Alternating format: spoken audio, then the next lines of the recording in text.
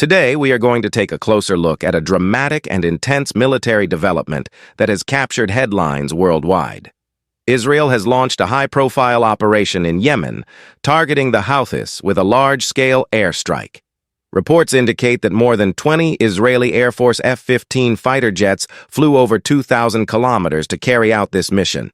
In doing so, they dropped over 65 bombs on 7 different Houthi targets. This marks one of the boldest and farthest-reaching Israeli air operations in recent years, signaling a significant escalation in the region's complex conflict dynamics. This operation is not just about Israel targeting the Houthis. It carries symbolic, strategic, and geopolitical weight. The sheer distance that these fighter jets traveled shows both the logistical capability and the long-range striking power of the Israeli Air Force. Covering more than 2,000 kilometers requires advanced refueling, precise navigation, and detailed coordination. Israel has long been known for its air force supremacy in the Middle East. But conducting such an operation against a non-neighboring country raises questions about the message Israel wants to send. It is not only about hitting the Houthis, it is about showing potential adversaries like Iran and other regional powers that Israel can reach far beyond its immediate borders. The Houthis, based in Yemen, have been deeply involved in the ongoing conflict there for years. Their role as Iran-backed fighters has increasingly placed them in Israel's crosshairs.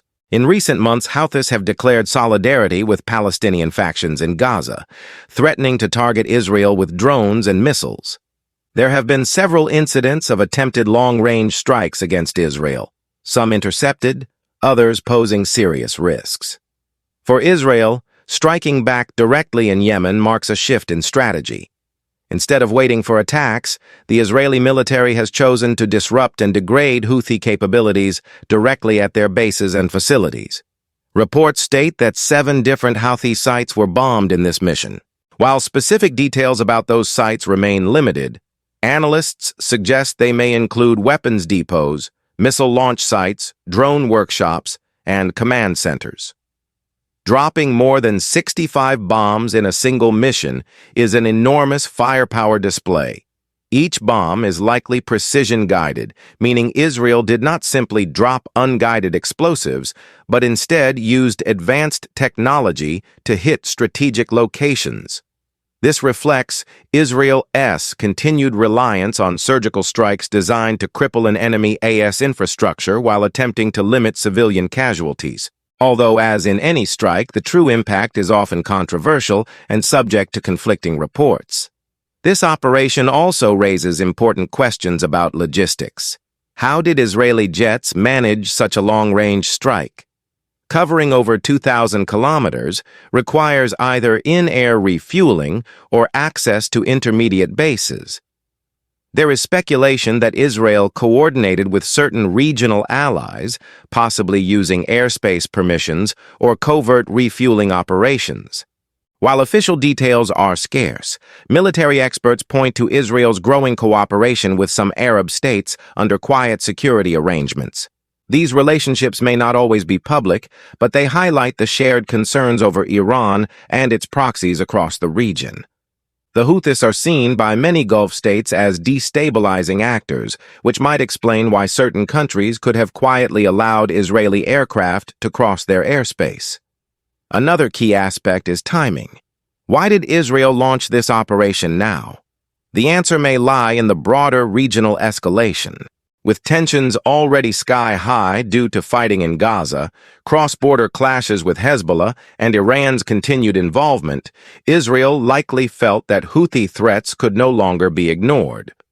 The Houthis had recently escalated their rhetoric, suggesting they would directly support Palestinian factions against Israel. Their capabilities, particularly in long-range drone and missile warfare, make them a growing threat.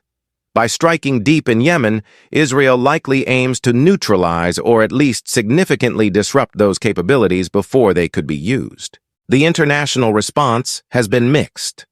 Some countries see this as a legitimate act of self-defense, while others criticize Israel for expanding the conflict into another territory. The United Nations has already expressed concern about the potential humanitarian consequences in Yemen, a country already devastated by years of war. Civilian casualties are always a major issue in such operations, and while Israel claims precision targeting, independent verification is extremely difficult in a war zone as complex as Yemen. This creates space for propaganda, accusations, and counterclaims that fuel narratives on both sides. For Israel, the message is clear. This strike demonstrates not only capability, but also intent. The Israeli leadership wants to signal that no actor, regardless of distance, will be allowed to threaten the state without facing consequences. This is also a message to Iran, the Houthis' main supporter, that Israel can reach and strike any proxy across the Middle East. At the same time, it places additional strain on regional dynamics, as other powers such as Saudi Arabia and the United Arab Emirates, both heavily involved in the Yemen war, watch Israel's moves with interest. Some may quietly welcome Israel's actions against the Houthis, while others may worry about the wider consequences. The Houthis, on their part, have vowed retaliation. Their leadership has made statements in the past about being ready to strike Israel directly. After such a large-scale strike, their pressure to respond increases. Retaliation could take the form of drone or missile launches toward Israel or possibly attacks against Israeli-linked shipping in the Red Sea. The Houthis have already attacked international shipping lanes in the past, disrupting trade and oil routes.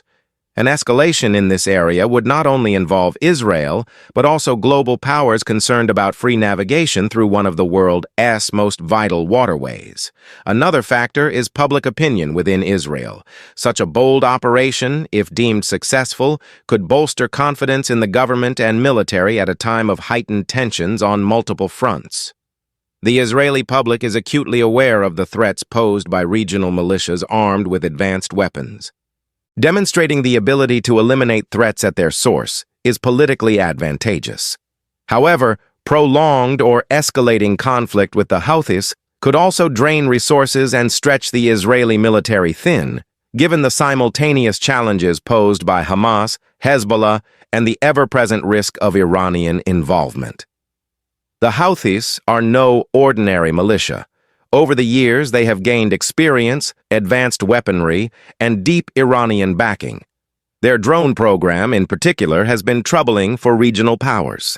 Iranian-designed drones have made their way into Houthi hands, capable of flying long distances and hitting high-value targets. Israel's air defenses, though advanced, cannot ignore the risks of swarming drone attacks. This makes the Yemeni operation not just a punitive strike, but a preventative one. Israel's goal is to keep the Houthis from escalating their drone war to a point where its defenses are overwhelmed. There is also a psychological dimension. For years, the Houthis have operated largely within the confines of the Yemen conflict, battling Saudi-led coalitions. By striking them directly, Israel breaks that mold and introduces a new front into the already crowded battlefield of the Middle East. This move forces the Houthis to consider a new adversary in addition to the coalition they already face. It also adds to Iran's calculation, as Tehran now sees its allies not only embroiled with Gulf powers, but also directly clashing with Israel hundreds of miles away. Looking deeper, this operation also illustrates how modern warfare has become increasingly transnational. Borders mean little when missiles, drones, and long-range jets are involved. Countries are no longer shielded by distance alone. Israel's reach demonstrates this reality clearly. A group operating in Yemen can pose a threat to Israel, and in return, Israel can strike back despite the thousands of kilometers between them. The global implications of this kind of warfare are profound, as it erodes the traditional concept of localized conflict. As this story develops, the big question is, what comes next? Will the Houthis escalate by attempting large-scale retaliatory attacks against Israel? Will Iran encourage them to intensify hostilities? Or will Tehran prefer to avoid a direct widening of the war? How will Gulf states react, particularly if Houthi retaliation targets their interests as well. These questions remain open, and the coming weeks are likely to determine whether this Israeli strike will be remembered as a decisive deterrent action or the spark for a much wider regional confrontation. For now, what is clear is that Israel has crossed another significant threshold in its military strategy. By deploying over 20 F-15 jets on a mission spanning 2,000 kilometers, dropping over 65 bombs on multiple Houthi targets, Israel has demonstrated both military prowess and strategic boldness. Whether this gamble pays off in terms of deterrence or backfires by triggering greater conflict remains to be seen. What cannot be denied is that the Middle East's security landscape has once again shifted, and the implications will ripple far beyond Israel and Yemen. And with that, we wrap up this in-depth look at Israel's latest operation in Yemen. The situation is fast evolving, and as always, we will continue to monitor developments closely. If you found this explanation helpful, make sure to stay tuned for more updates as the story unfolds.